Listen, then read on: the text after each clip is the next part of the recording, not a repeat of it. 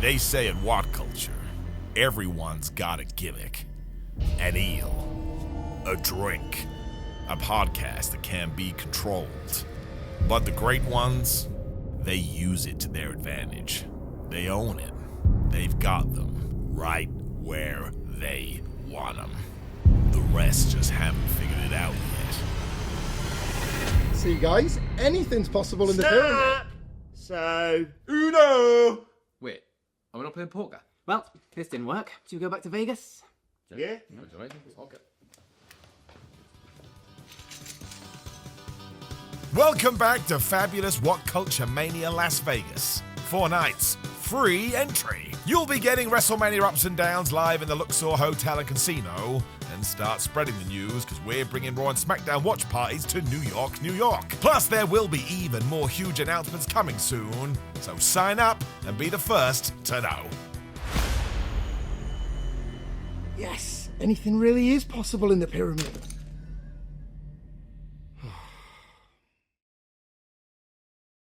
Hello and welcome to the NXT review. We are the Dudley Boys of WhatCulture. I'm Adam Wilbourn, joined by Michael Hamflett and Michael Sidgwick, here to review everything that happened on last night's episode of NXT. But before we get into it, if you're a fan of this sort of thing, make sure you subscribe to WhatCulture Wrestling on Apple Podcasts, Spotify, Amazon Music, and YouTube. We do daily wrestling podcasts where we not only review the show, formerly known as NXT 2Play.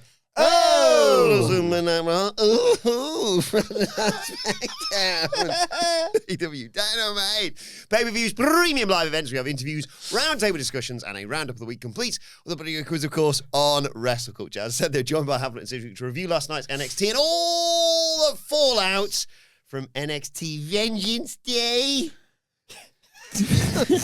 Excellent. So just flagged up before that in AEW 2022 to present, maybe not in 2026 actually, the we're so back, it's so over cycle looped and repeated quite frequently. Yes. And that's not ideal because you would like to think that something's just going to, like, the good times are going to stick around longer, the bad times aren't here for too long, etc. Like, I'm in a pretty much weekly we're so back, it's so over loop with NXT. And I like it. Yeah. Like, I don't mind the loop, the old NXT loop ski, because, to be honest, I think I'm in a 2-hour loop because it can happen across one episode, and this was one of them. There was some stuff here. What a privilege this job already is before we get to talk about this. Mm-hmm. And some of it was garbage, and that might be the stuff that I'm most excited to talk about. It's... God, I would miss it if it was gone. I love this show. Lift it makes this out me of the feel week. so good Yeah. on a Wednesday morning watching this. I Just have so much fun with it. The week would be so much worse without NXT in it, wouldn't it? Yeah. Like, Not for Sidge. I think they should shut it down. there was a cutaway gag in which they didn't even cut away, where the characters had to be pretended to not see the thing that was right. Literally, characters with their eye line looking right as I'm looking to you, Wilbourn, to reveal something inexplicable on this show in one of the backstage vignettes, where, like, it required the camera to move in order for the wrestlers that could see it to sell that it was happening. I love the And entire cast of this show. Yeah. We're getting back there again, aren't we? It's like, oh, great, who's around this corner? Uh-huh. Fantastic, it's Shiloh Hill, he's back. And he's the best. There's a bit on this show that was basically just a nice hot steaming black cup of coffee for a hater. Okay. Just like, yes, that is lovely. That is just what I needed to wake up. I can't think what that even is. No, I'm It's like a intrigued. hater-free zone in NXT. It's just... And I was, well, particularly happy with one development on this show. Actually, several regarding the title picture, but the big one. the big one. We start this show, though, with a big recap of what happened at Vengeance Day, of course, and out comes the new... She's moved on from Izzi Dame. New Women's North American Champion, Tatum Paxley. She's excited, obviously, to be the new champion. She gets a bit of "you deserve it" from the fans, and she says, "Look, for the longest time, I feel like I've been doing it all wrong, trying to get noticed and be accepted and force friendships, and then in the end, I just felt alone." Did you do this the last time she won the other title? I play with my dolls. Well, no, because she had the culling with them at that point. She said she played with her dolls and wondered if it was all worth it. The the losses, the self-doubt. Maybe I should be a little less Tatum, she says. But at Vengeance Day, it all became clear. I didn't win the title because of the culling, or because I got carried here, or because I got lucky. I won because of each and every one of you. When I had doubt, you kept me going. And now I stand here with something that I've long been looking for, confidence. Look, I won that women's title for the culling, but I won the North American title for us. But out comes Izzi Dame and the culling, that being, of course, the wildcard Nico Manson. Spearsy! She's been, well, one of the culling, maybe all three of them, have been gathered around the laptop since Saturday to knock up a nice video package of Tatum's run from, like, tryouts and developmental and blah, blah, blah. Kyle O'Reilly keeps the money rolling in. Yeah. Her turning on Ivy Nile, forgot about that. Dame basically uses all this to explain that this is just another mask that Tatum is using to hide herself as being the weirdo of NXT. She's impressed. Impressed she's such a chameleon, that is. But she'll forever be the girl. See, I knew you'd like it. Forever be the girl trying to fit in. Hope you enjoy these last few days borrowing my title. I want it back. And Dame steps towards her. Paxley goes to leave, but she's blocked by Nico and Spearsy. Turns around into a big boot and a powerbomb from Izzi Dame, who stands tall over her, holding her former belt. This was really bad. Oh, yeah. But was it good? Yeah, it got good in the end by the end of this show. Let me explain, right? So it was really bad. The promos were performed horribly. Like, Tatum Paxley, who I like, came across quite annoying in her celebration of winning the title. That's less than ideal. Just like she's 8 years old. Yeah. Izzi Dame coming out. There's, like, where... Were you looking over your glasses at me? Like, better. It's still funny. We watch NXT. We're not necessarily all fans of it, but we watch it. Fans or otherwise, viewers of NXT collectively must Fans come viewers. Yeah, must have all groaned when Izzi Dame. I think I audibly said, what the hell are you doing here? So that, like, Have you seen already... that gif of that dude who's got the papers and he's just having, like, a mod? Just lifts him up like that. Yeah. I was like, me, what the is this? You've just finished it. So everybody's in a bad mood with that, and she comes out and the promo doesn't make any better. The arrogant smirk on Spearsy's face in particular, as if, like, the perfect plan once again. You just stood there. She could move 6 steps to the right and then your plan's foiled. Yeah. But no, like, that's how dumb the culling are and how dumb this... It's dumb, right? But is it smart? Yeah, there No, you I go. told you, here's the twist. Yeah, there's more developments later on. Excellent ones at that. Yeah. Excellent ones We at need that. something, because this is the thing, isn't it? It's like, man, we're getting reserved these leftovers all again. What about a bit of cayenne pepper chucked in there? Oh, I like it now. Yeah, the mixed it up a bit. The overlap and the transition in the next few days coming later on in the show. But serious point amongst how terrible all of this was. The video package, right? Quietly effective. This story is tired. This feud, cage match notwithstanding, an incredible development later on, is tired, is done, whatever. But the aftermath is obviously for you to think of Tatum Paxley as the now complete babyface North American champion. And the video package, like, bloody Izzi Dame don't realise what she's done there. She's actually made it all go, oh, fair play. That's quite the sort of the journey you've had to go on as a shoot to become this 8-year-old girl that's won a title. Like, yes, your gimmick may be daft, and I don't really buy the stuff you're saying about it. Thanks for the fans. But I buy that. I buy that it's pretty hard sometimes to get over and to find what fits and all that kind of thing. So I didn't actually mind them sort of hiding that in amongst the trash. Just a child. She's a child.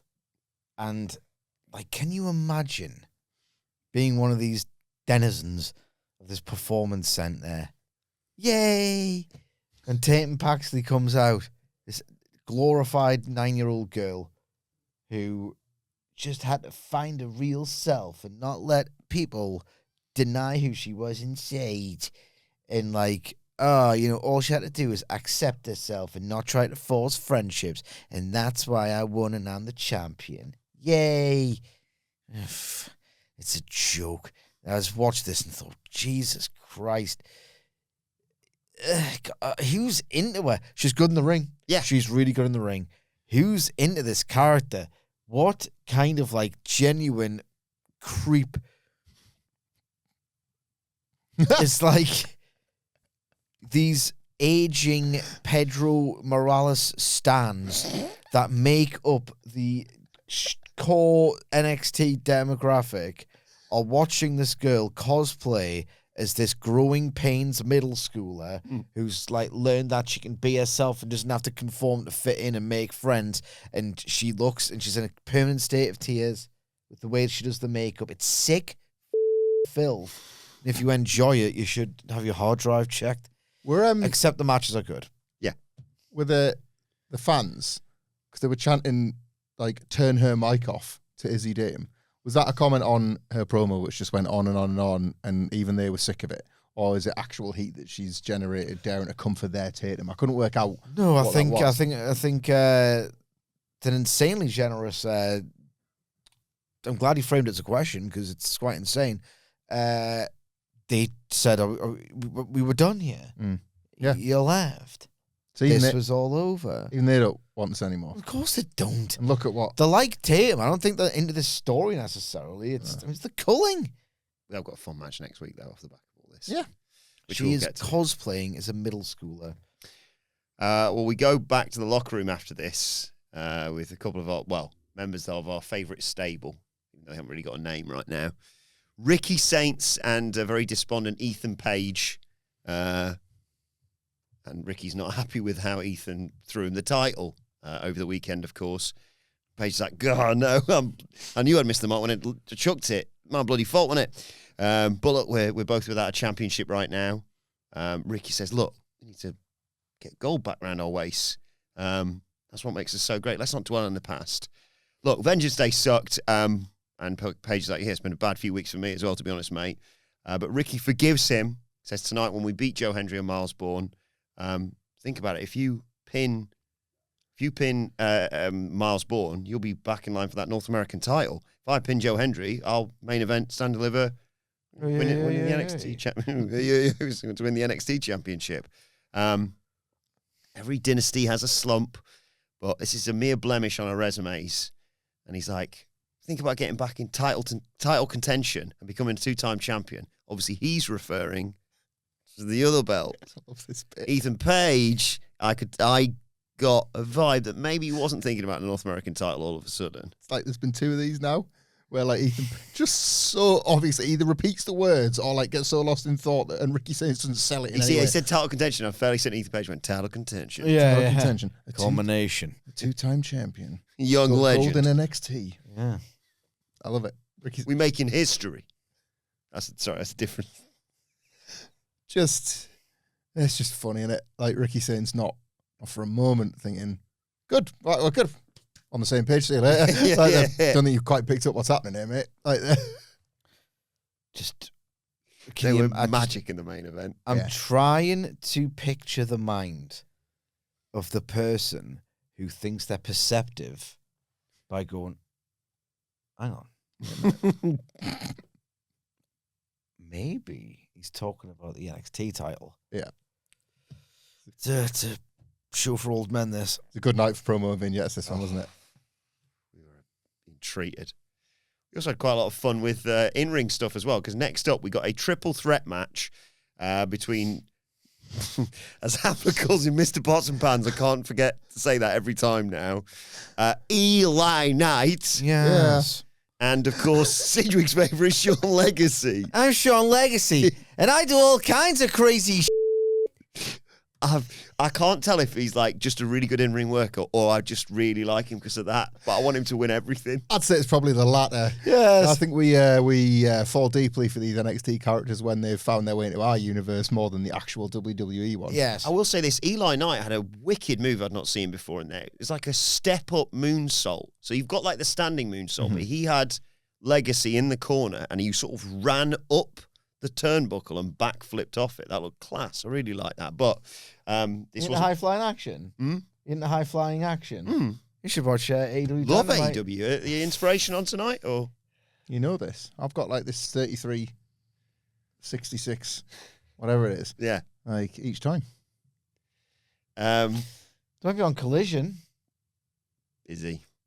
Hang on, we've not really tapped into this. The likelihood of the inspiration in AEW, if this is even for a long time rather than just a good one, is then becoming Collision regulars. Would that move Wilbourn to... I'd certainly bring each week an update from the inspiration section of Collision. You'd become a conditional collider. Yes. Yeah. A collision correspondent. Indeed. You'd have your kaleidoscope, but it'd be just set to the inspiration. Yeah? What are you thinking? Wilbourn's kaleidoscope. Yeah. Okay. Obviously, Jasper Troy monstered these two little guys for the most part early on. But he ate a double super kick from Legacy and Knight and spilled out the ring. And then you'll never guess who showed up, but that bad boy, Keanu Carver. He was like, he got knocked to the outside, and I was like, what the hell's about to happen? I was so excited. Like, Well, what we've got next week as well. It's going to be a good week for hang on, preemptive. Oh my god. a good week for a bad boy. That bad boy. Keanu Carver shows up, attacks Jasper Troy. There was a funny bit later. Remind me to mention this. I think when they were talking about it, actually, I'll just mention it now. So he attacks Jasper Troy and chokeslams him through the table. Explodes everywhere. Gets in Booker T's grill and yells at him, basically. And I'm fairly certain when Vic Joseph was sort of recapping everything that happened, he said, let me get this right, he said that Keanu Carver had said to Booker T, keep your boy's name out of my mouth, which is the wrong way of saying it. That's stopping yourself from saying something. Whereas, of course, it should be keep my name out of your boy's mouth, basically. I lost it because Booker T I stuck with this because Booker T was on one.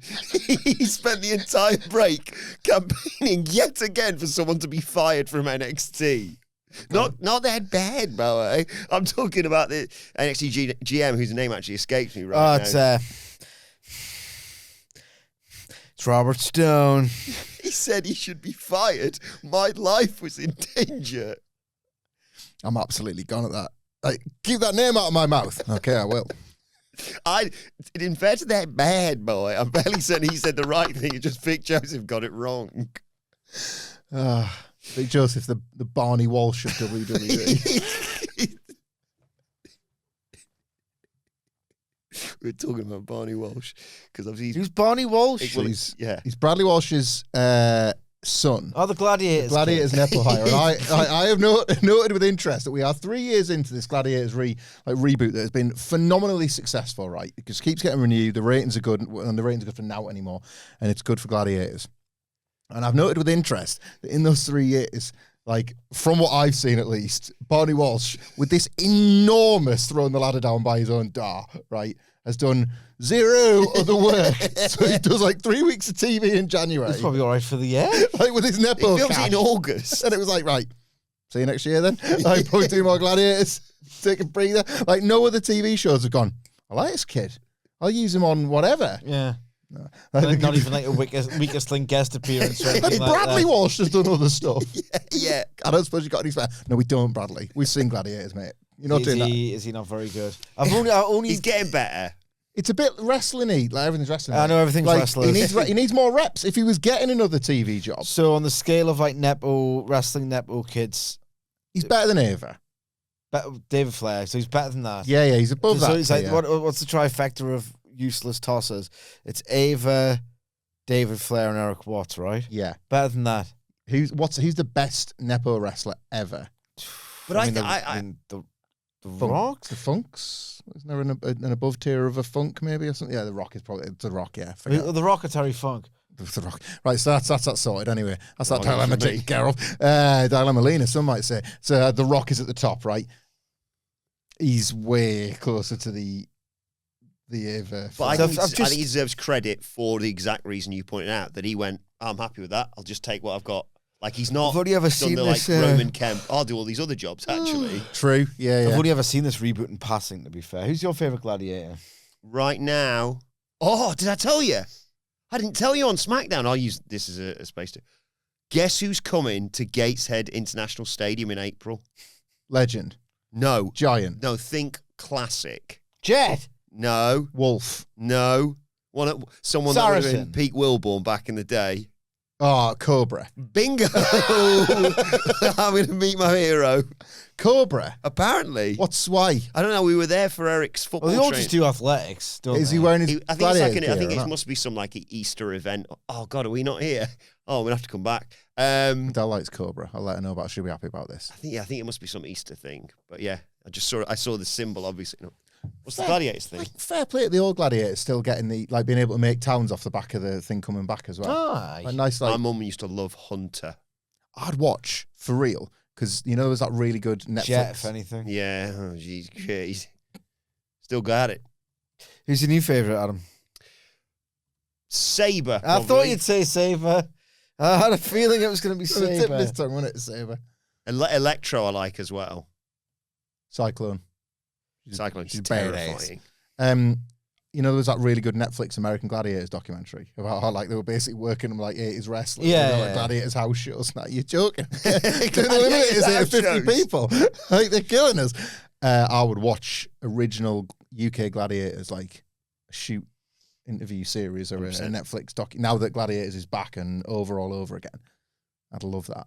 Just find out some of the true stories. I would be upset if there was a dark side. Well, but there will be though, won't there? There's a dark side to everything. I know that. 90s telly. There would have been some stories. God, I loved it. Loved Gladiators back in the day. Not so much anymore. Really held up this reboot has. It's a nice Saturday night thing.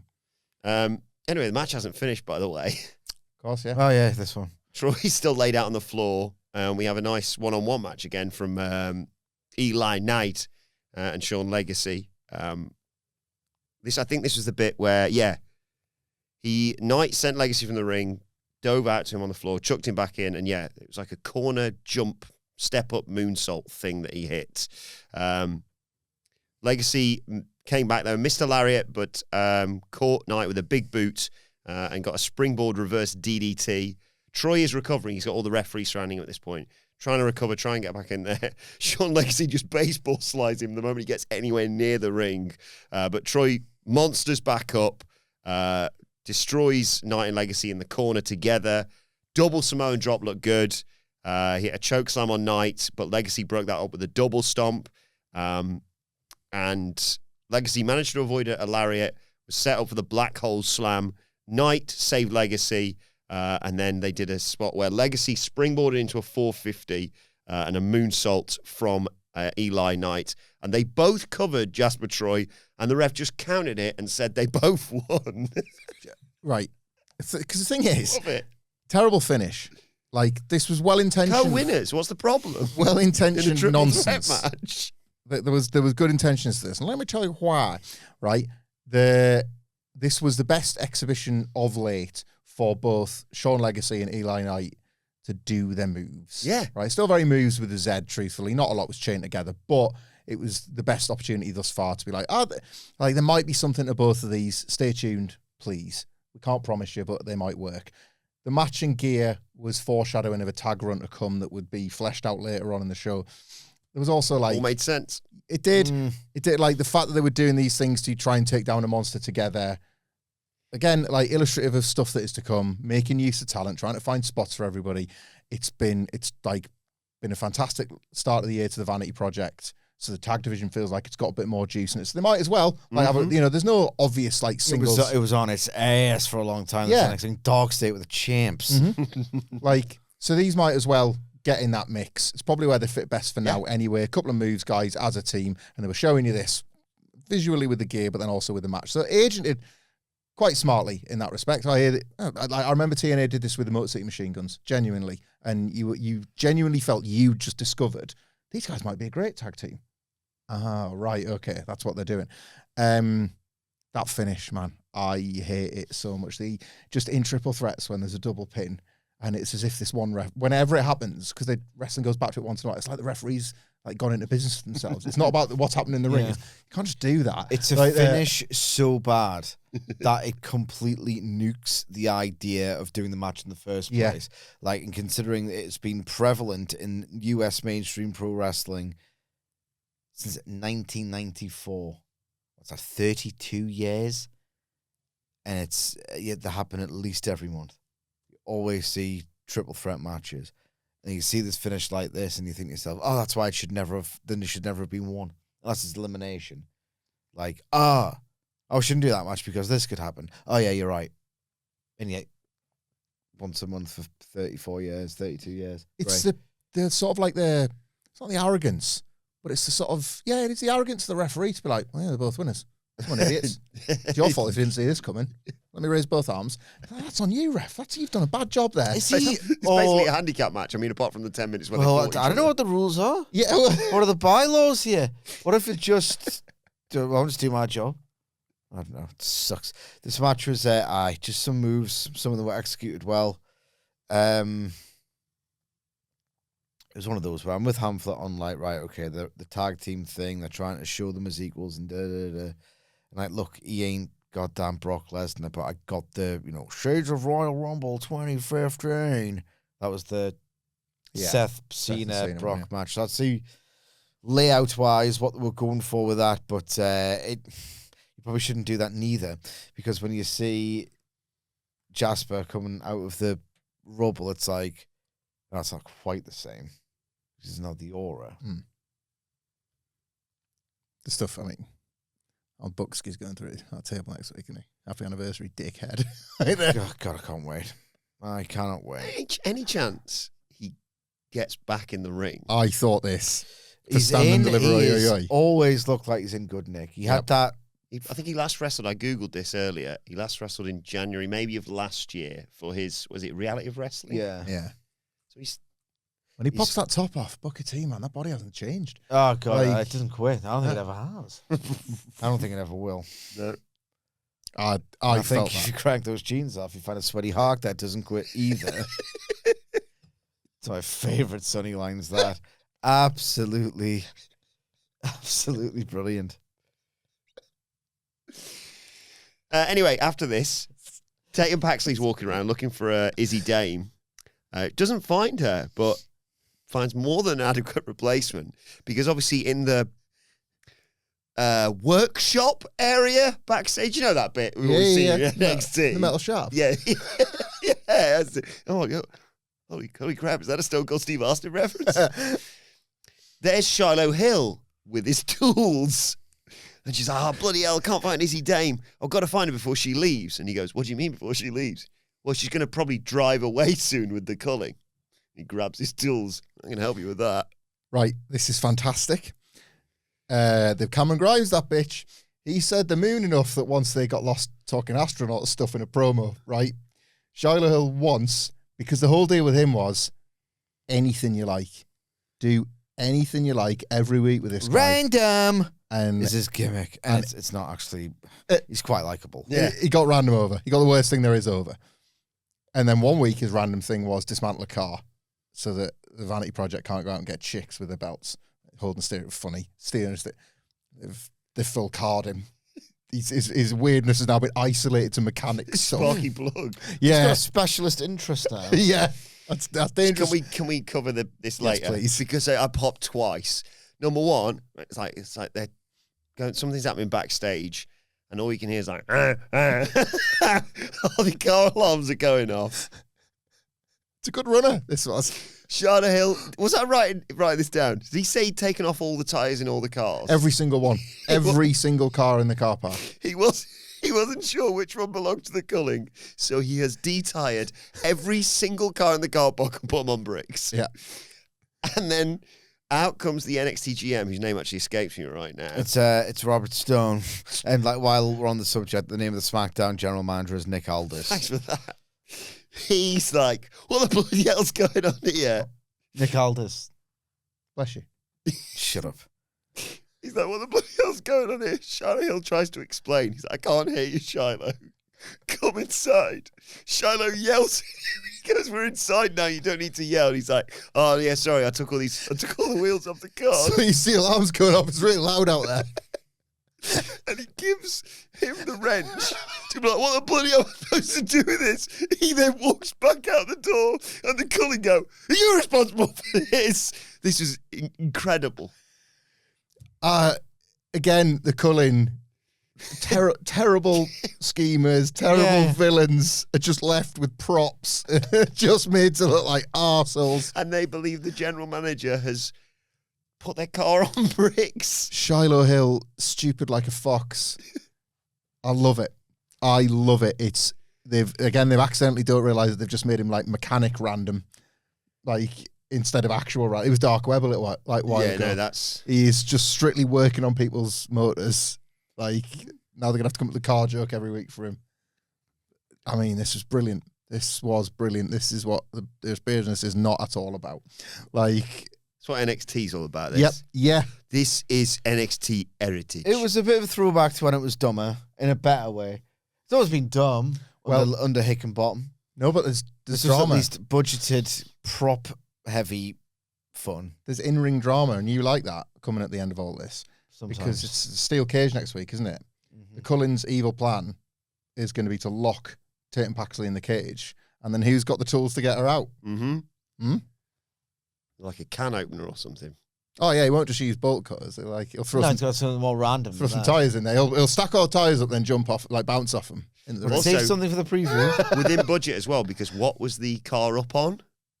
Bricks. Yeah, and that's like a quintessential part of Bricks NXT. been at the PC for it. Bricks got a property of the performance center t-shirt, They've got anything in NXT. They've got three things, and that's bricks, asses, and crowbars. Correct.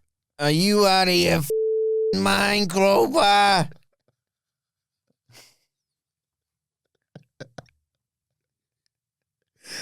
This Oh, is it's just like good, me. this. It's good. Wednesday morning. Here we go. Yeah. Day started now. And then, as if it couldn't get any better, we see the Birthright getting ready for their match. Ariana Grace apparently successfully defended her TNA Knockouts World title. Apparently. Apparently there's another company I refuse to check. Yeah. we had our time with them, and whilst it was fun, I do agree with these two when people say like, "Oh, you should go and do more TNA stuff." No, that was a wonderful snapshot that we got. How's that number 2 wrestling promotion working Oh, out? God, and that's absolutely pathetic. Now Lexis and Uriah need to get the dub. They're going to take on the semi-reunited NQCC in a second. Lex is just disappointed, man. Had to come to this. Charlie's got all the potential. He's just too stubborn for his own damn good. And before they head out, he asks the newest member of the Birthright, Uriah Connors, if he made the call. He said no, but my dad did, and they're on their way. Who could they possibly be? We'll find out. Find out right now. So I'm about to have my fun. You can have your props and your silly, stupid characters. This is where I have my fun. Yes. Soon. Very, very, very soon. Can't wait for this. So I really like Tavion Heights in ring. I just want to say this before we get lost in all the madness. He's a frustrating wrestler, Tavion Heights, and I blame WWE developmental more than him because there are flashes sometimes, and it should be the job in Rooster School to look at the match after the fact and be like, "Ooh, right, that explosiveness. We need to do that in every match." You're popping them hips sometimes. You want to look at that more. You've got this amateur background.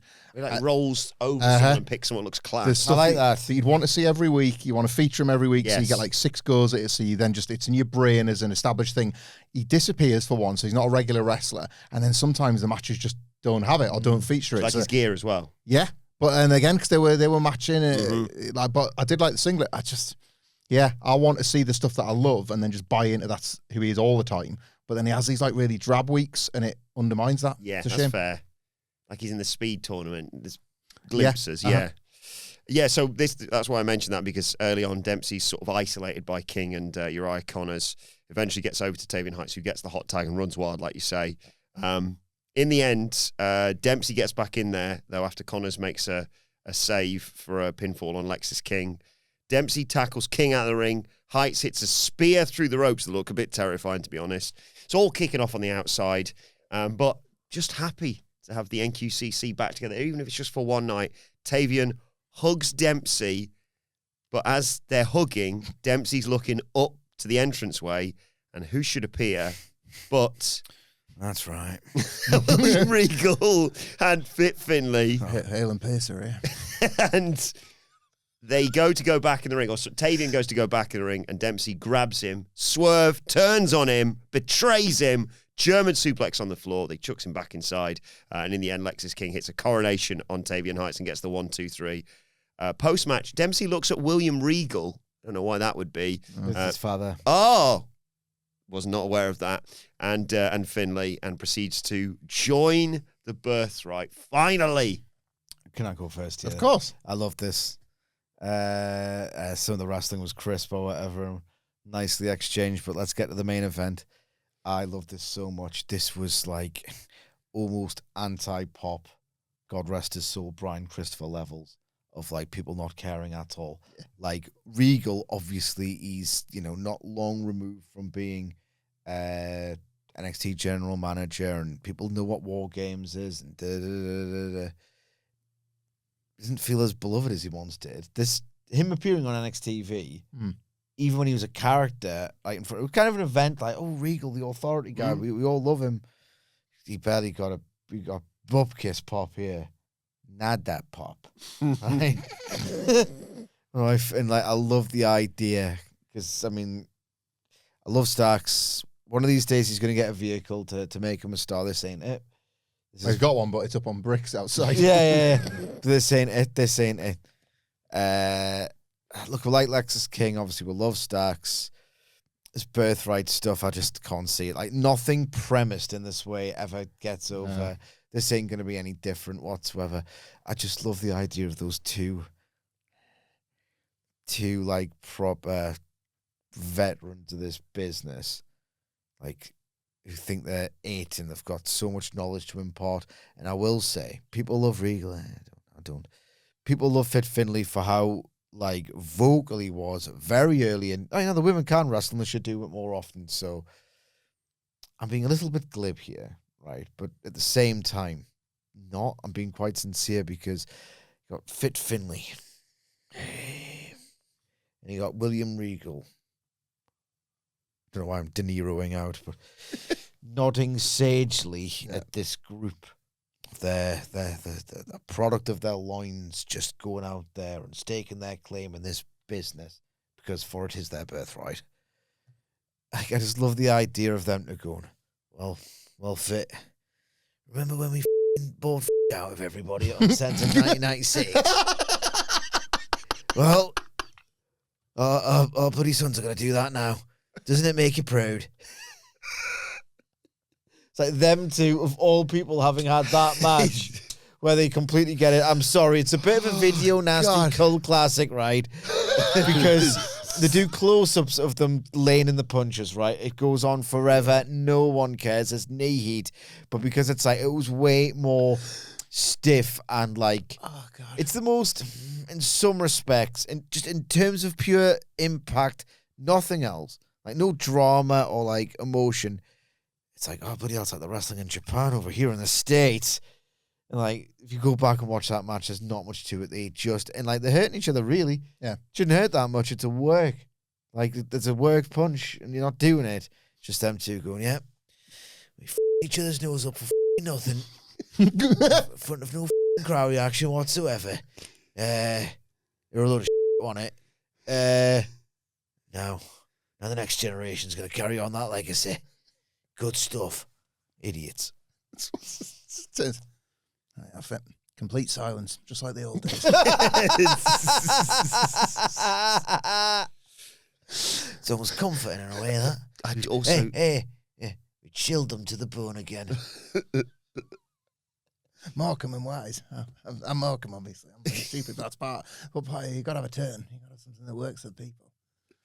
I just also really find it funny, and again, this is said nothing but love to our boy Stacks, that you literally have a stable that's like William Regal's son, Fit Finlay's son, Brian Pillman Jr.'s son, Santino Morella's daughter, and Stacks. I like that detail. Yeah. Like the Nepo-in-law. Like, it's got... Sorry. You want to give us your thoughts on this? I've got to have a bit of a debrief after our brilliant gaming stream yesterday. Yeah, I only do it before the podcast. That's sorry, don't swear, because I've got to write that down before I go. So the gaming team have scheduled a debrief. I know, it's very... That's incompetent. You should tell them to do their tell job. Them that. You should tell them. I'll tell you what, I'll go and tell them and I'll come straight back. No, you should tell them. Check when we get out that you told them. Should tell them to do their jobs better. Yeah. Because if they're sorting out a debrief at this time, it's just not good work, is it? To be fair, they also said the reason that they got to pick the time is because they won the feud with us in the gaming thing. Oh, let's have a wrestling match and see who wins that. For reals. So shoot fire. That's going to shoot punch Durkin. Sticky boy. Do the old nipple. Just absolutely hammer and anvil Joe Johnston's head. See if they want to brag about it then, I guess. BCC out on the gaming team. Yeah, why not? Yeah, this seeing Regal and Finlay was funny, wasn't it? You gotta laugh. You gotta laugh at stuff like that, man. No reaction. Like, freaking... Who there was like a it was when, you remember in the Thunderdome when Afra and Sika gave Roman the Eula Falla? That's, like, if I can use your terminology that I know you invented, they thought they ate, didn't they? Yeah, Regal yeah. and Finlay with this. Yeah. No. Absolutely not. Ah, well, we'll always have Uncensored 1996. God, a fascinating show that is. Yep. Love it. Hey, Sexy! how's it going, guys? All right, yeah. Hey, what do you think of the old group now, huh? Newest member, Charlie Dempsey. Apparently William Regal's his father. Who the hell knew that, huh? I tell Wilbourn this most weeks. Stronger than ever, Birthright, aren't you? Exactly. We got all the... What do you think of that? The reaction that old Billy and Finlay got, huh? I think they chill people to the bone. Let me tell you, I spoke to them. They think they ate.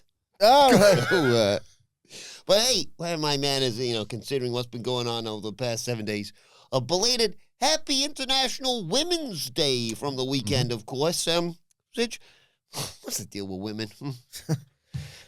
We love them, folks. We love them. You know what? It's just, it's a pretty charged question, actually, these days. A woman is, if you want to be a woman, and you say it, I don't give a about nothing, me. Of course he can be. There are so much more things to worry about. Let people be happy as long as they are consenting adults and not hurting anyone. What is wrong with everybody and everything? God damn it. But look, we've had a pretty relaxed time in the studio today, wouldn't you agree? Mm-hmm. You've been relaxing on the plane? Of course. We just sort of we have our legs crossed and we chill out, and sometimes we go off topic with a reverent reminiscing of like legends that are held in the highest esteem, but we can just we can sort of have an irreverent look at that and not take it too seriously. So you would agree that we're relaxing? Yes. Well, why hasn't my wife burst through the door and stopped me from doing that and resenting me? Because it's a cliche. Women, why are you laughing at Stags? What? I'm just saying. We should be nicer to the women in our lives. Exactly. I'm laughing at these archaic views. Because, well, look, I'm not getting my pieces getting disturbed, is it? I'm sure the same thing won't happen at 6 o'clock neither. What are you laughing at? We love them, folks. Anyway, before I get to the jokes, got a funny little story to tell you guys. It's probably just as well you do your own ironing. Yeah. Picture the scene. Picture the scene. I'm just, you gotta laugh. Come on. There you go. We're breaking the fourth wall. Gotta laugh. Yeah, I'll tell you what. Happy Mother's Day for everyone this weekend as well, by the way. I'll tell you what. If I can be serious for a moment. I was just trying to think then, just try and backtrack. Where would I be without the women in my life? Yeah. Seriously, I can't drive. It's crazy, isn't it? Can't drive. Not very organised. I can't budget. I would always do you ever live like this? Like, obviously I don't now because I've just been taught, I just grew up, Michael. Oh, yeah, okay, I have and I will.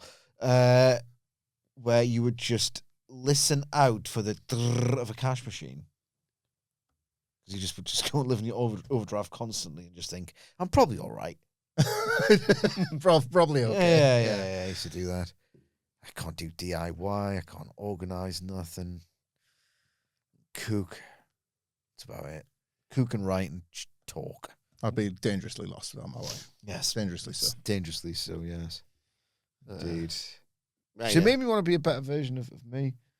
So I chase this dream. So I try and cook the nicest things. So I get up early, even though I really don't want to. What are you laughing at now? This is the biggest backtrack I've ever witnessed on camera. Just to be a better version of myself. That's what I do for women. What do you feel, Brooks? Huh? You call them emotional ladies. Anyway, picture the scene, guys. We're in a hotel lobby. Yeah. And a man accidentally elbowed a woman in her boob. He turns around and says, apologizes profusely and says, but hey, if your heart is as soft as your breasts, I'm sure you'll forgive me. To which the woman replied, if your dick is as hard as your elbow, I'm in room 318.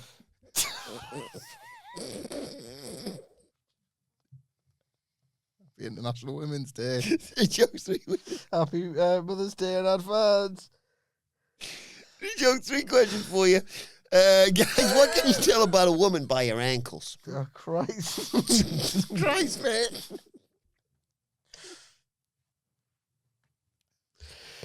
Say again. What can you tell about a woman by her ankles?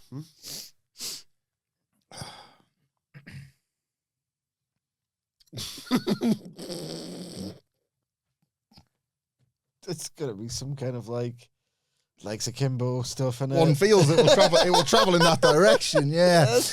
Yeah, I've got no earthly ideas. No clue, Sax. What can you tell about a woman by her ankles? If they're on your shoulders, she probably likes you. Question joke number 2. Guys, why do I hope death is a woman? Why do I hope death is a woman? Death. What do you know about? Is thinking like the Grim Reaper. Reaper? I hardly know her. Good. Is that anything? It's grim. I don't know. No, not. Scythe? Something to do with that? Can't think of any of it. Scythe her down? Death. Afterlife. No. Why do I hope death is a woman? Well, I hope death is a woman because that way it will never come for me. As those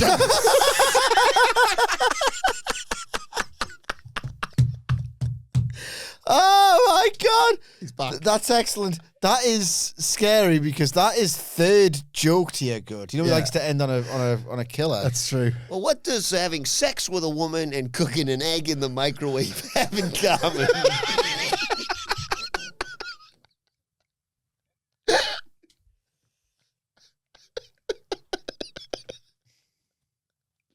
What does having sex with a know what woman it and is? cooking an egg in a microwave have in common? I've never known Stacks get as high on his own supply as today. He loves He it. started it.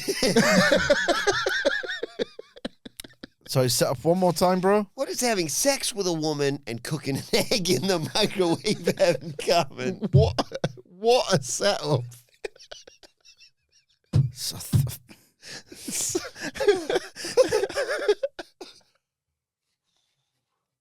Something about failing to cover it up.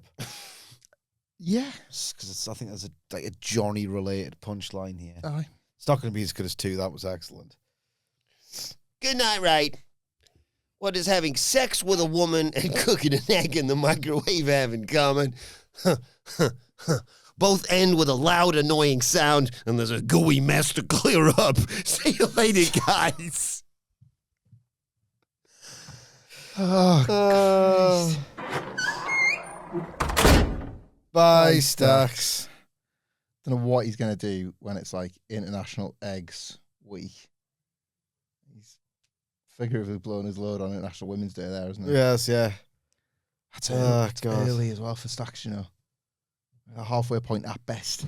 Oh, Hi, Wills. you're right, Wilbourn. Really gave him what for, don't worry. Good, yeah. Oh, You get a fight with him, yeah, it's all over. That sounds pretty tearing my hair out. What have I missed? Stacks. Oh, you're joking. You're going to want to go Yeah, back and I watch see. that when it goes onto YouTube. Definitely. Everything all right? Yeah. Well, actually, no. Well, all right is... It's We're kind of gassed now. yeah, pretty tired. I don't know how you're going to get us back on track. Well, here. good news. 'Cause out next is Tony D'Angelo. Comes out to cut a promo post NXT Venture Day. Got to say, CJ, I absolutely loved this.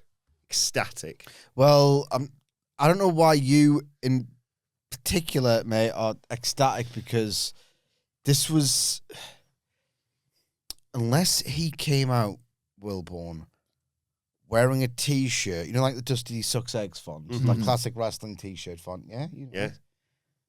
unless he came out in a T-shirt with that font saying, I am no longer in the Mafia, that's the only thing he could do right now to make it more explicitly clear that they are basically telling you, at this point on a weekly basis, I have underwent a repackage. I am no longer in the Mafia. We don't want to insult your intelligence because we'd like to believe that you have it. So we're going to say things like, not the same guy, not the same guy, not just forget that it, pretend that it never happened. But at the same time, it's called having the cake and eating it too. They are forgetting that ever happened. Mm-hmm. You're on a broad agreement. 100%, yeah. It's a full character repackage where he is not in the Mafia anymore. And in fact, he is all but saying, I'm not that guy anymore. Yeah. I'm literally not that guy anymore. Oh, when I returned to NXT, I told the WWE Universe I came back for 2 reasons. The first mission was Dark State, and Vengeance Day was a culmination of that mission. On Saturday, me and Dion Lennox went to war, and while I despised that man, he went out on his shield, and I left Dark State the same way they left me, beaten, empty, and searching for answers. So now we get to reason number 2 as to why I returned. And while I was away, I considered my future. Oh, this life goes by fast, but I had some time to reflect. I looked at a man in the mirror, and I had to be honest. There was one thing that man couldn't accomplish. One thing that man was unable of achieving. And in that moment, I decided to bury that version of myself, sleeping with the fishes 6 feet under. So now become this man standing in this ring, the man who proved he's the toughest son of a bitch in NXT. Oh, the second reason why I came back is to win the NXT Championship. Now, Joe Hendry, you may be a sensation in NXT, and I got no issue with you. But listen, if this was me a year ago, I'd say, let's have a sit down and break some bread. But that's not me anymore, Joe. If I gotta break your face, that's what I'm gonna do. And I would love to say this is just business, but this is personal to me. Now, Joe, this is your one warning. Prepare yourself for my actions, because I will not be denied. Tony D'Angelo will be the next NXT champion. Wilbourn, he said that his old self is dead and buried. This is not me anymore. Mm-hmm. Buried at sea, dead and buried. Mm-hmm. Not going to have a sit down with Joe Hendry. Not going to take him for... Maybe take him to the restaurant or something. No, that's the opposite. Yeah. I don't get it. Said he's not going to do that, though. Okay. You couldn't have made it clearer. Maybe you were really excited about this. Maybe you'll kidnap him like he did Ilya Dragunov. No, he doesn't need to do that anymore. Wants a title fight for the belt. He's acknowledged what matters the most. Family, most important thing. No. Tune in next week. I was very happy he set his sights on the NXT title. Did tell you. Yeah. Yeah. It does sort of feel as if at the same time, the rest of the scene is clearing as well, doesn't it? This could be... It's going to be at Stand and Deliver. It's going to be so annoying that we're not there. Yeah. Hendry, he's not got any other obvious... I know, like, Ethan Page got the pin, but looking at where that's going, it's not like he's actually going to win the title, Like is it? 6 title fights before Stand and Deliver. Got Roadblock, I think. They've got the NYC show. They've got the Texas... I know it's Texas next week? Next week, isn't it? And then, because of Booker T, it's looking good. Tony D and Stand and Deliver, I would say. Mapping it all out. I think the best thing that's arguably ever happened to him since he returned, as you sent to us in our little group, was whether deliberately or not, his hairband coming out at Vengeance Day and Alvarez and everyone else seeing what this wild man looks like. Brian Alvarez was like, push this guy to the moon. Yeah. Wasn't he? It's not an awful detail that I feel like we're having to do the Americano bit here. Like, cover your ears, Wilbourn. He's not on Mafioso anymore. It's not a terrible detail. Like, I was a bit of a cartoon and it was never going to get it done. And that was the thing that was missing. Like, we used to joke about, it is weird that he's kind of become the first guy that could be the first ever organic NXT Grand Slam winner. I mean, if you spend 6 years in developmental, you better win it all. Yeah, you want something to show for that. But that was the barrier. That gimmick was the barrier. Like, there's been worse in terms of world title stories than Tony D'Angelo's current 5 years is coming up. Oh, yeah, 2021. Sorry, 5 years. But that's what, like, as silly as this could be. Longer than the attitude era. Yeah. As silly as this could be, that element of it I actually quite like. Like, he had to do it. He had to drop all that. I still maintain you could have took the family up wholesale, the main roster, I think, but they didn't say that way. But and they could always come back together, I suppose. yeah, Things come around, don't they? well, you don't want to cross the birthright now. Different kind of family. Backstage, Sol Ruca puts over Lola Vice. She's chatting to her about winning NXT Underground. Lola said it felt very good knocking out Kalani Jordan. She says, look, I know you've got a lot on your plate. What with best friend stabbing you in the back, match with Lainey Reid in a bit. I know you're trying to win the NXT Women's Championship, but yeah, won't mind having a shot at that when you win it. Good luck and all that. They sort of set it up potentially for stand and deliver if that happens, and wishes her luck in the match. And then we go to a break and come back. We see Myles, Borne chatting to the Wren QCC back there. Figure this out. This was nice because Wren was like, I'm so happy for you, Myles. And it felt very genuine from Wren Sinclair, that. Myles was like, yeah, thanks for all that. By the way, have you seen Joe Hendry? We kind of need to, plan our big tag match in the main event. Wren's like, I know where we find him. She goes and she says his name and thinks he's going to appear out of the fridge that he came out of a while back. They're all looking in it. There's just a cake in there. And Joe, sort of appears behind them. It's like, what are we all looking for? Oh, I thought you were going to come out there. I was like, different time. He was busy sorting something out. He's here now. And him and Myles are going to go and plan for Ricky Saints and Ethan Page. And Myles wishes Wren good luck in her speed tournament match. We pan round to see Kendal Gray with a mouthful of cake. What was this? I mean, I can relate to it. There's a lot of cakes I'd like to eat in NXT, to be fair.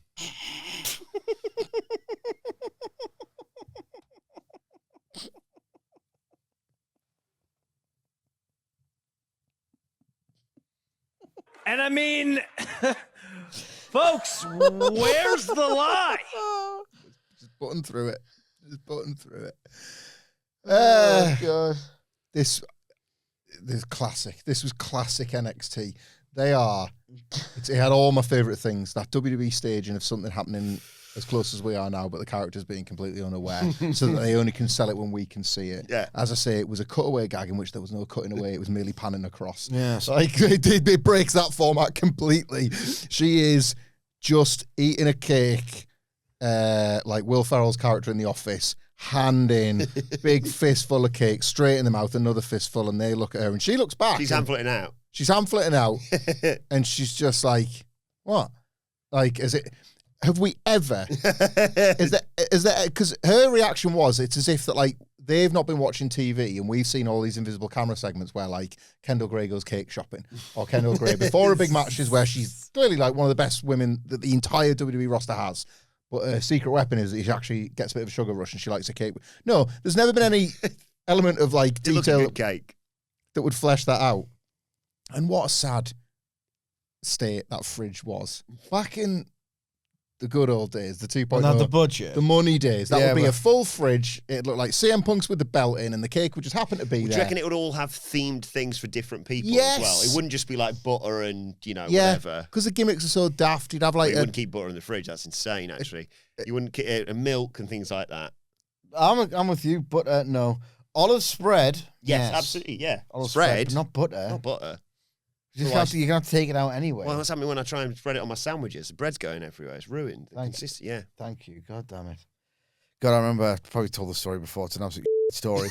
But I used to, like, when you're trying to make a good impression and you go down to uni, Yeah. you're like, you're not going to be a guy who's easily prone to an outburst because you're just a chill guy hanging out at uni, That's what you are. Don't leave my butter out the fridge so it's Lurpak. I want it out the fridge because it's Lurpak. I don't care if it's soft. Guess what? Why are you using it? In the first place, if you want rock hard Lurpak, That's what they call lard. a bread destroyer Yes. of a butter. Here's an idea. Get your own and keep it wherever you want. I had to have a word. So I was just like, I could do without butter, Sidge, it's fine. Relax. No, I couldn't. I had to have a word. Maybe this long-term storytelling will get more. Well, we're going to get more, road to which is standard good. order. That they've thought, well, Kendal Gray's this great wrestler. What's she missing? Reid? You think she's missing cake? Not for me. Speaking of Hamflett now, what are you having for your tea tonight? Don't know yet. How do you not know it? Don't know. What do you mean? It is Feeding? 3:15. And you've got no idea what you're going to have for your tea. When you've got children. Children. Oh, the kids have tea at different times to us. One of them's got swimming tonight. We rarely have the round the table tea that I would like. We do 2 nights a week on the week. Yeah. 2 midweek nights and on the weekend. Yeah. Same. This is not one of the nights and just... You haven't got a plan with your wife. There'll be stuff in. We'll find something. What if there isn't? Del turns around. There's nothing in the fridge. I don't worry. I have to find some rich tea in the cupboard. I mean, like, this is when it pays not to be too precious about these things. I know there's food now, so we'll be all right.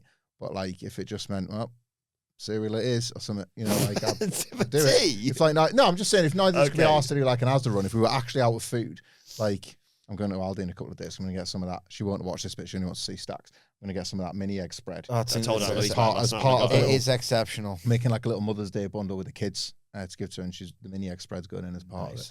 Nice. I'm going to have to get a second jar just from Marie. Oh, thank you. Thank you, boys. Thank you, Daddy. It's already been opened. There's a mini egg spread. It's an empty jar. There's fingernail marks in it. Yeah, don't know. So what does it? Does Adele have a similar easygoing approach to? Oh, I'll just have whatever. Does she eat biscuits for tea? She likes actual food for tea. That's one of those things that's always been a bit of a difference between us. So she wouldn't. Those biscuits for tea nights are strictly if she's out. Yeah. You know what I mean? We have like proper food. Does she not think about this then? Well, she might have done, but we haven't spoke on this yet. So she could just surprise you with, oh, by the way, we're having... Well, like, I know we've got some mince left in the fridge, so we might have spaghetti bolognese, for example. That's the thing that I can picture in my fridge now, like, that is left. on a weeknight? Well, yeah, just because it needs eating. Like, it'll go out of date or something, so... Yeah, but... What's wrong with spag bol on a weeknight? Is that bad? No, it's wonderful on a weeknight, but you should probably make it in advance to let the flavours develop and deepen, and... Is a dolmio just as good? And cook it, eat it, go to sleep. Cook it, eat it, go to sleep. Okay. Sometimes you don't even need the first one of them. Ideally, we're going back to that conversation we were having. Can I give you a recipe for a good bolognese? Do whatever you like. Yeah, it doesn't mean I'm going to follow it. You probably should. It's better than dolmio. Yeah. I think you can do it. Do you know what? I think I can too. I've been experimenting with making curries, and gradually I'm going more and more from scratch. I like that. But I'm still scared to go the whole way and go for the English Indian restaurant curry by making the base gravy, the all-important onion-filled base gravy that is it's what makes the magic of an Indian restaurant here in England.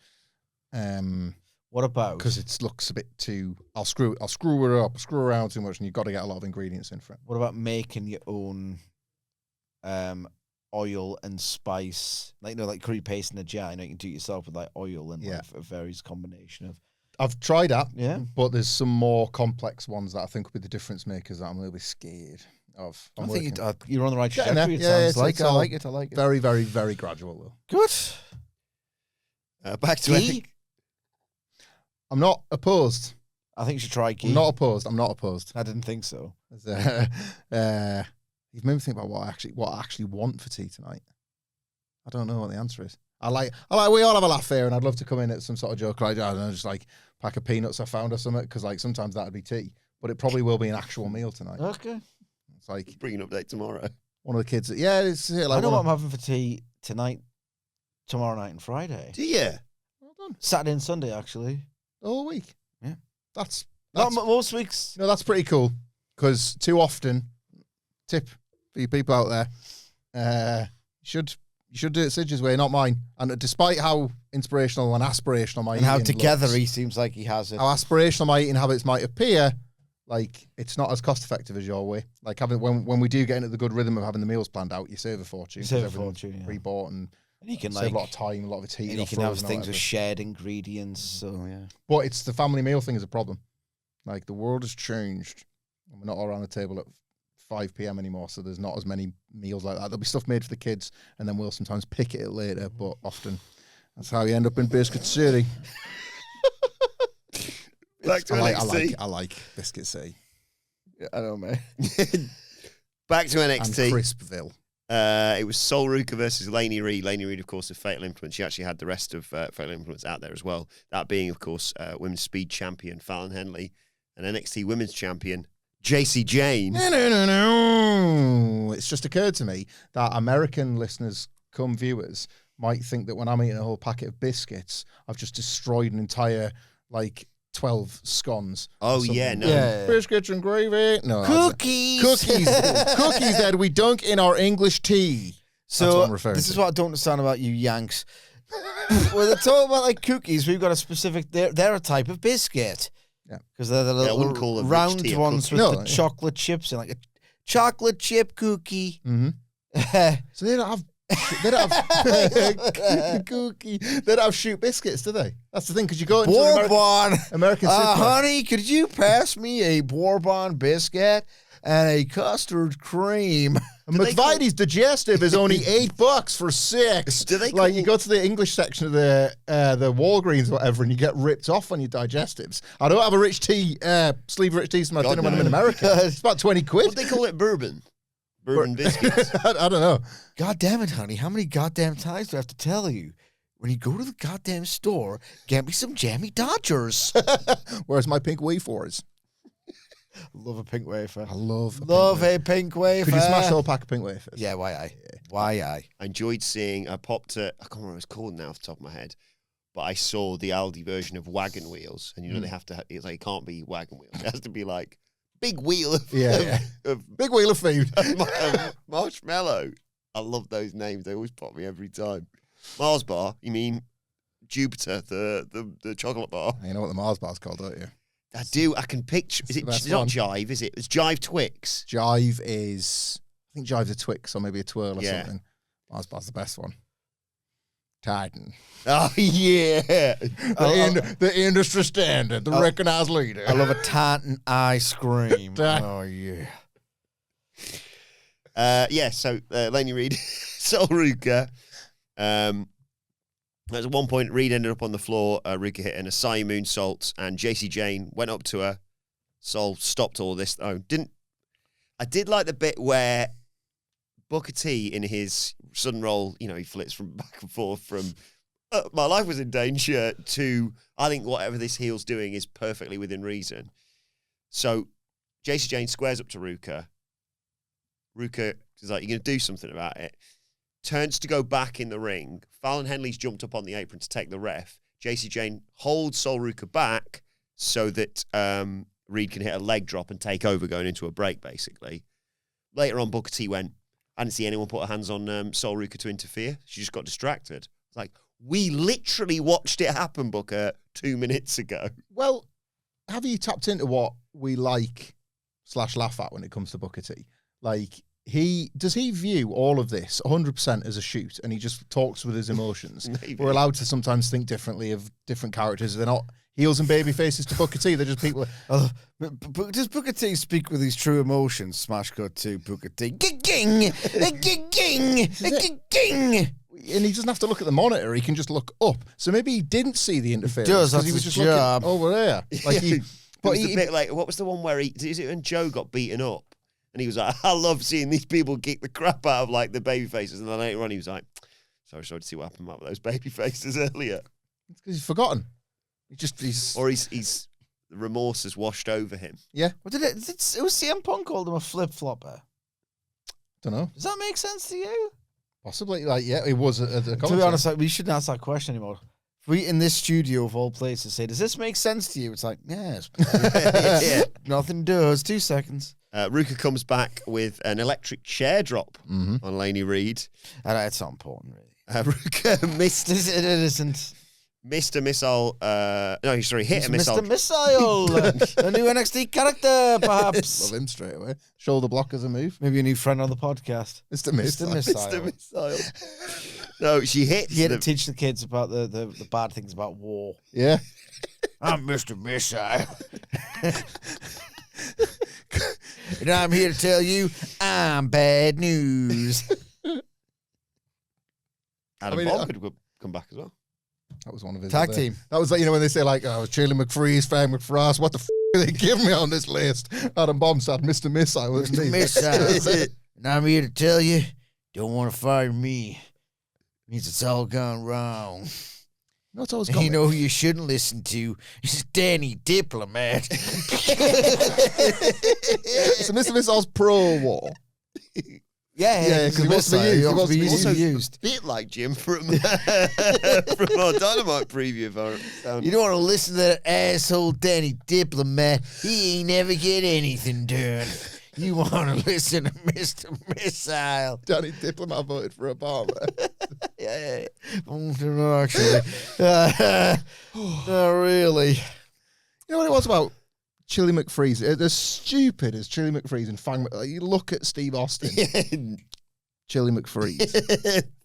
It's the Mc in the Fang McFreeze. Did they get hung up on that? A cool Scottish vampire. Yeah, did they get hung up on the muck of it? Like Fang Frost.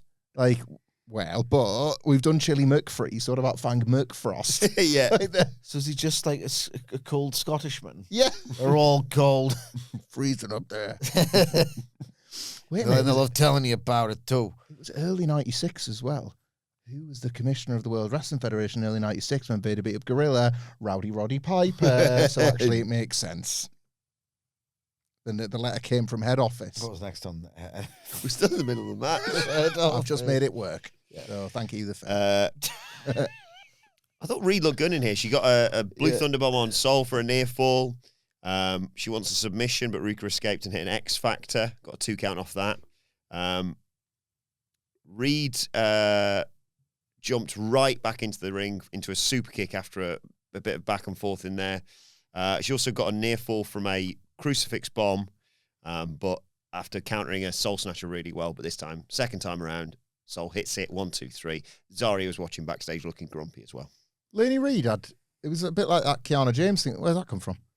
Like, she can't have just gotten solid, like become this very decent. She must have had something to be fast tracked to this group. Yeah. Replacing Jasmine Nix. Yes.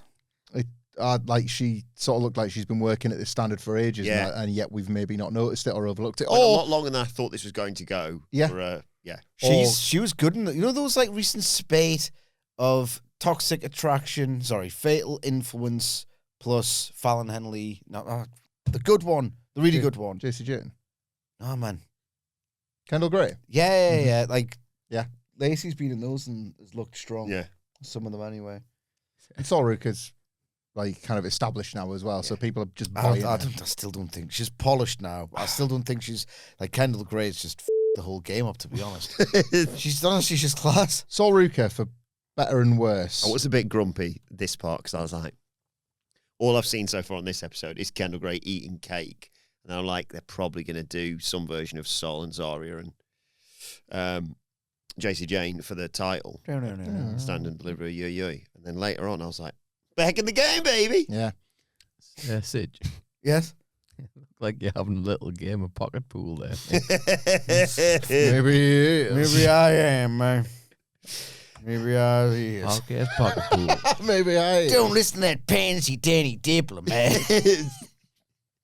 Thanks, Mr. You want to play with Missile. your old missile.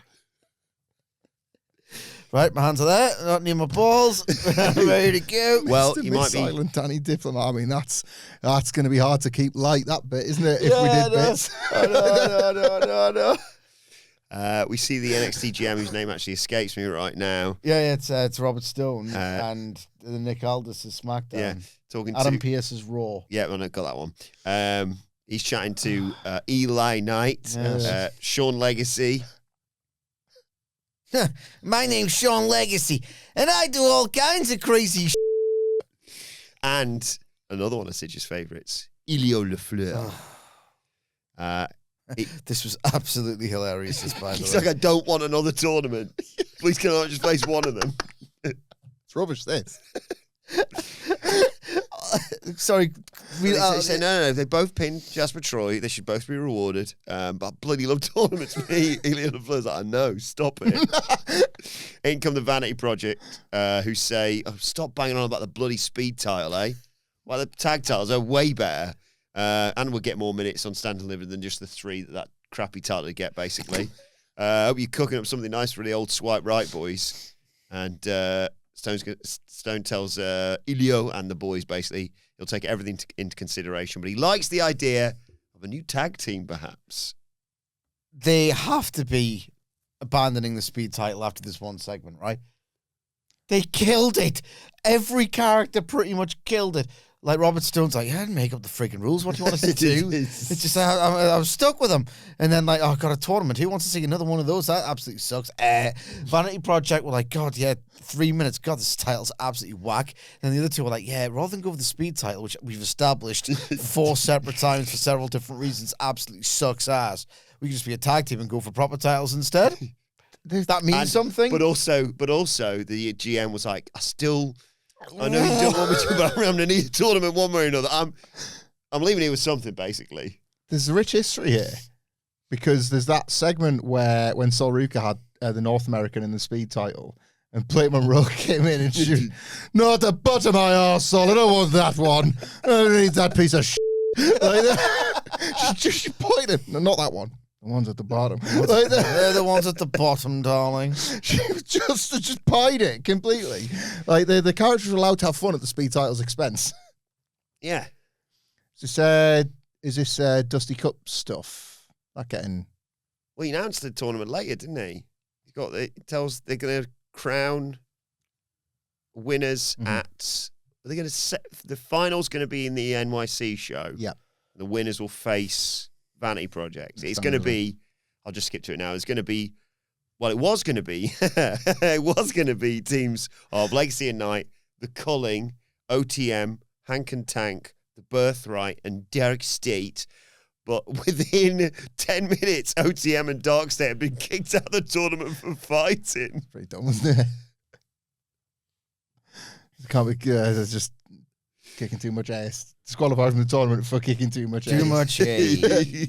Too much ace. We also Main have... event time? No, nowhere near. We have the 2 Blakes, Blake Howard and Blake Monroe. Yeah. What's next for the Glamour after you beat Jada Parker, obviously? And Blake says that Jada brought out an awful side of her, but she learned the lesson when you play with fire, you get burnt. And she's looking forward to performing on her first Stand and Deliver. After all, she is the standard, the conversation, the controversy. And then we hear Tatum Paxley, Blake! But she's not talking to Blake Monroe. She's talking to Blake Howard, the interviewer. Has anyone seen Izzy Dame? Blake's like, no. And Monroe tells Blake Howard he's going to have to do something about that name because that name, like other things around here, belongs to Blake Monroe. What could she mean by that? The North American title. Oh, she did look at it as she said that. Yeah, that was the clue, and the champion being in the shot. Yeah, this is what we're doing, isn't it? Name confusion has led to a title feud. Just fake Blakey maker and ain't got time for you. Wow. That is a pull. That is Reeves and Mortimer MasterChef. You seen that? Probably. Oh, God. An all-timer from 2 all-timers. Goat stuff from the goats. Sure, so it's Blake Monroe versus Paxley. That's what she wants to target, but obviously you've got the steel cage match that was set I dread the promos. I dealt with popular girls like you in high school all the time, which I've not actually been in yet. But you get the idea. I gonna say the same. They used to scare me when I was a teenager, and they used to bully me. But guess what? I'm a big kid now. That's what just tell me I'm wrong. Tell me I am wrong. The catchphrase from a nappy advert. That's what they're giving her. That specific bit is wrong, obviously. I don't know. I'm a big kid now. What's the heels? I'm a grown ass woman. They put on the start of a theme for a bit, didn't they? Yeah, they're kids, aren't they? 27-year-old kids. Oh, but you were the little goth kid. What's wrong? Did you not have enough Huggies? I couldn't remember which brand it was. I had to Google. Nappy related feud. That's good. Nappy related feud. Anyway, I'm going for a pampering session. Oh, She opens the door and it's just full of nappies. Oh, that's Fred not and the Flo are there. Yep. Because there's no need to waste money on. Yeah, if you're New pair. Don't waste your money on the fancy ones. Fred and Flo are just as good from Tesco's. Yeah. Speaking of Thea Hale, though, speed tournament final next against Wren Sinclair. You laughing at? It's funny, isn't it? 2 minutes to notice. Can we not skip it? Speaking of Thea Hill, here's a speed tournament. Fine, it's just funny. NXT's funny. I love this. She looked gutted. Yeah. Thea Hale, she got a PK in a standing. Annoyed almost. Mm-hmm. Maybe time to go back to school. Tatum Paxley can join her. PK in a standing moonsault early on for a 2 count. She wants the Kimura, but Wren fought her off. With 2 minutes left, lights change. Thea Hale hits a dive to the outside to Wren, goes up top, but nothing in the pool when she jumps off. Wren rolled her up for a 2 count. Thea turned that into a Kimura, but Wren Sinclair rolls through and gets the final wrench applied. It's like cattle mutilation, isn't it? To get the submission victory and punch a ticket to face Fallon Henley next week in Houston. Yeah, fine. Thea Hale was selling like there might be something to this, I guess. I don't think she's going back to school. Sorry, I think the school's dead. I think the school might be dead. That's one School's student. burnt down. You remember when, how long were we in? 2 years now? Was the Okada AEW debut 2020? 2024. 2 years. It's just after Revolution, I think. And it was all the mock-ups of him in the Chase U jumper and how it could have been. Yeah. I wonder if we'll be able to do like David Finlay watch, because we had like 2 stables basically on screen campaigning from like how it turns out was like the dog's the better choice over Birthright, for example. It's just interesting to reflect now when we like probably on balance Okada made the right call just because Chase U's out of business now. Yeah. He'd be. Yeah, but he could have been like their head boy. Prom King. He might have got called up by now as well, to be fair. Maybe. 2 years. Like 2 years in NXT for Okada. That's just under half of Worse the than his Angelo. time in TNA. I know. Wonder how long he'd been in NXT if they genuinely sent Kazuchika Okada to NXT. I think he does 2 years. He does a full standard liver cycle. It's like, well, yeah, he's done really well with North American, but we want to give him a run on top first. Yeah. See if he can handle the needs to win the prestige of big winning the big one. It's Okada. Happy for Wren Sinclair, though. Yeah. And this was when we had the tag team thing. And then Blake Howard earned his money. He's got a backstage interview with JC Jane and Fallon Henley, talking about what they've got coming up next week. JC says, I never thought I'd miss Sarah Schreiber, but here we are. That was quite funny. Mm-hmm. Now she's going to have to make the impossible happen. But at the end of the day, look, this is the most unpredictable WrestleMania season ever. She doesn't want to talk to him after he brings up Tatum Paxley beating Izzi Dame, by the way. Fallon's taking it easy. She's Wren Sinclair in 5 minutes. It's going to be a piece of piss, this. But in walks the Wren QCC, and Wren tells Fallon she's very confident she can beat her within 5 minutes.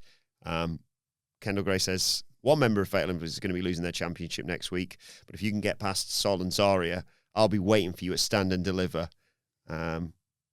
Lainey's had enough and they all leave at this point. But yeah, Kendal Gray back in the title picture. About time. Back in the hunt. On the same week, she gets the eating cake gimmick. We'll see how that goes. Must be great. Is that like a crap attempt at humanizing her because she's like this completely gifted uber athlete? Maybe. Who's just classed so early. It's like, we need to make you relatable, Kendal. Kendall's mint, Why don't you comma, eat cake. Yeah, if you like. Figured it out. That's Why don't great. you eat cake like, shut up. Why don't you eat cake like, the wrestling slobs watching television? Let them eat cake. Or she's that good she can win the belt and have a cake and eat it. Yes. That as well. That feels more Bit of like Very both. good. Yeah. Bit You of don't strike both. me as you're like I say, you're more savoury, aren't you? Than Yeah, in terms of my gorging, Yeah. yes. I'll in terms of my gorging. I can make it work. Chocolate muffins. I can make it. Don't worry. You know what I'm not a It's fan of, working, really? Del. Increasingly, obviously, when you're a kid, it is literally the best thing in the world. Except my kids aren't that fond of it neither. Cake. I know you like cake, Adam. We don't have to say it again. But, like, certain cakes, yeah, good. Yeah. Majority of cakes, over cakes. I'm just not a puddings person. I'd pick starters over puddings if it's 3 course. Everything's filth to this. No, day it's now, not. isn't It's just the terminology. In terms of my gorging, I'm not really a puddings person. It's true. It's true. I'm like I would gorge more on savoury stuff. It'd be chocolate is the weird Kendal Gray area in this situation because I'd pick crisps over cake, but a chocolate bar. So we've already done the sweet chocolate crisps order. That's quite the dilemma. Do a food dilemma on the show that we're going to think of. Like that. Tatum and Izzi get into a big brawl. This is where the steel cage match gets set up. Sorry, I was just going to say I like the abuse of Blake because it must be class asking your boss if you're allowed to abuse the announcer interviewer and your boss is Shawn Michaels. I used to bloody love that. He was the best there. He wasn't the champion, was he? But he was still top of the card, right? He was the main event because nobody else was capable of doing it. Anyway, see you later, Michael. Slap in the face, and away you go. I watched the Bad Blood pre-show one as well. He's with Triple H. Is that the shower thing? Yeah. You want to interview with the champ? Come on in and interview with the champ. Shawn Michaels is in the shower. You have to excuse me, I'm wearing a towel, the whole deal. He opens the curtain and says, oh, no, it's all right, I'll come back later. He's like, no, in you come. He pulls him in the shower, starts ripping his clothes away, showering them. Definitely not told him it's happening. He looks really upset. Shawn's like slapping him about and they say, oh, you won't be working here very long. We go through announcers like goo through a crippled goose. It was like, oh, little South Texas boy coming out there while he's knocking and bullying about and nobody going to do nothing about it. It is horrible, genuinely. Yeah. I mean, you love, the Fed because you must have some kind of evil gene. But, there's another NXT gimmick. Yeah, I'm evil gene. I'm evil gene. I'm going to cause trouble around here. And I've got plans for world domination. Winning the world title, that is. Or whatever. World domination. Let me introduce you, Mr. Missile. Yes. Oh, yes. Evil Gene. You know what? Evil Gene could be your angry at everything Geordie guy. Yeah. Well, he bloody ruined him now. Well, that's it now. Might as well bloody back him up, send him off to the Fed. That's Evil Gene. He's where he went. But when you see Michael Cole getting bullied, bullied by DX, then you see the guy who just started to realise, God, if I kick a few cats here, they'll think I'm better than the other kicked cats. Generational trickle down is appalling. Oh, isn't it? God, yeah. Decades of bullying. Yeah. Off the back of the bullying they received on their way. And I imagine the joy that flashed over Michael Cole's face when he realised, God, if I could bury Finkel in front of these people and I get the pop. And we've seen, like, when the real Michael Cole, like, flashes up on screen, they hire, like, 5 years later, wherever they hire, like, Todd Grisham or Mark Lloyd, and already he's it's like JBL knocking him out in the locker room, and we know what he's like on that. Hey, listen, head, right there. Like, right, okay, I'll just do that. Yeah, that's how I went. Hey, Taz, look at this asshole. Yeah. Hey, loves to announcer Jones over here. I agree, Taz. Yeah. God, Kimmel sucks, right? Kimmel sucks, right? He sucks, doesn't he? Can you show me a Qatar Jamil later on? No. Speaking of commentators. Oh! Teachable moment! It sounds like he's underwater. The NXT GM, off the back of revealing that next week. Oh my God. We get the Vanity Project versus Los Americanos in a 6-man. They were gonna go out and slay some puss, weren't they? Yeah. Can't now. But they said don't party too hard because you've got 6-man. But the Americano derby's on Monday. Yes, and the things this weekend, the Raider So we might only be left with 1 Americano and 2 Los Americanos by next week. Good point. Might only be 1. NXT GM hands over to Vic Joseph. He says, not many people know this, but me and Booker were only supposed to be an announced team for 3 months. I didn't know if that was like, can you believe I've been stuck in this position for this long? Or, oh, what a nice surprise this was. It was only meant to be short-lived, and look how it's blossomed into this. 3 years. Do you think he was on like a 3-month probation, then he was going to get called with the main roster, or just every month to keep, like, every 3 months to, like, not yet, Vic. We'll send you gravy. But he reveals, as they are in Houston next week, it's going to be Booker T Appreciation Night. I want you all to bring your favourite Booker T thing to the NXT preview next week. Gravy, man. Bulletproof Booker T ripping the piss out of the relegated Corey Graves. I believe in Ricky. That's mine. This calling for people's jobs. Gimmick of his.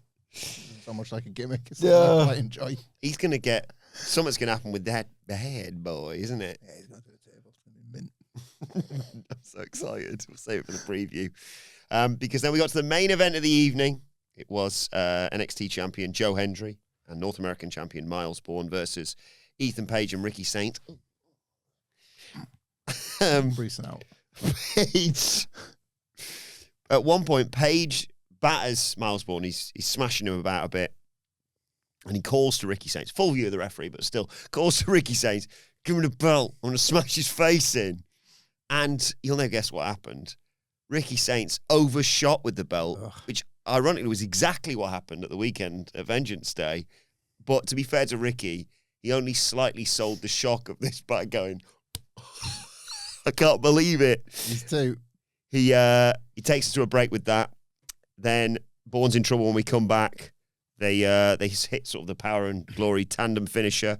But that only gets a near fall, and we get the hot tag to Joe Hendry. He comes in, Olympic slam on Ricky Saints. He runs wild with us. I think he hit like an AA and then an Olympic slam, actually. But Ethan Page trips him up, double down. This time Page slides Saints the belt to use as a weapon. Again, the referee is not distracted whatsoever, takes it away from Saints, drops it though because there's a schoolboy in there from Joe Hendry. Saints then cuts off Hendry with a spear. Page makes a blind tag. And Saints is setting up for, I think, the Rochambeau at this point, but realises, wait a second, I'm not legal. What are you doing, Ethan Page? And they argue. Borne rushes in, drop kicks Ricky Saints. The referee's like, you got to get out of here, Myles. Get out, get out, get out. And as that's happening, the belt that's been dropped in the ring, still in there. Page hits Twisted Grin on Joe Hendry onto the belt and pins the world champion. And Ricky Saints celebrates, but it's not gone the way that necessarily he planned. I'm not saying any of this was subtle, especially between Page and Saints, but I did like how particularly maniacal Ethan Page was when he was doing his taunt, right in, it was Myles Borne's face, wasn't it, in the finish, as if to say, you beat me, but look who the winner is now. I've won the war, I've just pinned the champ. Did he say levels or something like that? Yeah. And he like is specific, the way he kind of like is able to like twist it. I suppose he's good at this because he does flip between comedy and like actual deranged evil, doesn't he? Ethan Page, he's good at that. Everyone, you know what's happening with the heels, and there's going to be a foo-head. Ethan Page feels destined for me to turn babyface as part of this feud. Joe Hendry's on top, so that's fine.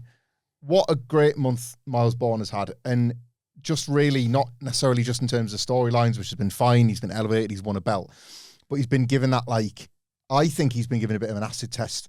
I at the start of the year, I thought another failed prospect here. I had a couple of moments where he was given like the main event or a title run. You were supposed to think coming off the back of that, want to watch when he gets his next shot, I'm going to back him. And it didn't really feel like that. And it just actually felt like he'd fallen away. And then over the course of the past month, even, not that much.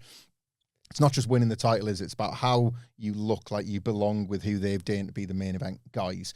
And he slots right in. Like, it's taken, like, perception is everything, and already looks like he fits with this caliber of wrestler in NXT. Now, like, Charlie Dempsey, right? He's come out of the stable that had Dempsey and Tavion Heights in it. How further down the pecking order did Birthright look compared to a Myles Borne in terms of who you should back, who you should get behind? I know he's lost the match, but fans back winners, and he feels like one to back. Like, perception of him lately, just gone through the roof, and I'm happy for him as well, because I think I saw that potential getting, like, I don't know, wasted a little bit, and it just seems like it's all clicked again for him at the right moment. Yet again, I would say one thing, so I echo pretty much everything. I had fun with this main event. I do like the Starks Page stuff, Saints Page stuff. My only thing I would say, and I know it sounds ridiculous and counterintuitive given that it's NXT, they're almost in danger of having too much fun with it. You know, it happens in wrestling sometimes. I remember when Danielson first came into AEW, it's like, he's loving it. It's like, you know, we're kind of doing a job here. Yeah. But he's just like, this is class, this. I'm playing a heel, but I get to be a dick. And there's an element of, it's, obviously you want wrestlers to embrace the material and have loads of fun with it. And you want to sense that, but that can cross a line, and Ricky Stakes, he's back. Honestly, you know who is really, I think, should be headlining WrestleMania next year? It's Tricky Burgers. Tricky Burgers, yeah. Tricky Burgers. Ricky Saints. Son of Ludwig, of course. Is, I said a couple of, family. I said a couple of weeks ago as well, Ricky Saints is kind of in danger of becoming a caricature. Yeah. That was a little bit on display here, but Still, like, better week for him than last week. I'll put it that way. Yeah, unquestionably. Well, let us know your thoughts on NXT in the comments section below, or an X at WhatCulture WWE. Well, actually, you can follow all four of us. Sort of. You can follow Michael Hamflett at hamflettx@gmail.com. I'm also .com. Also on Cameo. follow Michael Sidgwick at Michael Sidgwick. No, Emma Sidgwick. I was about to give him an email address there because he did it. I don't email us. I'd rather not. And by the way, as well, the nicest possible way, don't follow us on Instagram either. But don't request to do that anyway. Just follow us on X, please. On X, therefore. At M Sidgwick. you can follow our brilliant producer Adam Nicholas at I don't know anymore, man. I do not know. Good podcast, this. Yeah, excellent. Excellent. Ricky Sticks. Ricky Sticks and Tricky Burgers. We've done excellent work again, gang. Yeah, absolutely. Well Adam done. Wilbourn. Follow us all at WhatCulture WWE, as I said. Make sure you subscribe to WhatCulture Wrestling wherever you get your podcast from for daily wrestling podcast. The Dynamite Preview is available right now. Get all these. But for now, you get the NXT review. My thanks to Hamflett, Sidgwick, to Stacks. Thank you for joining us, and we will see you soon.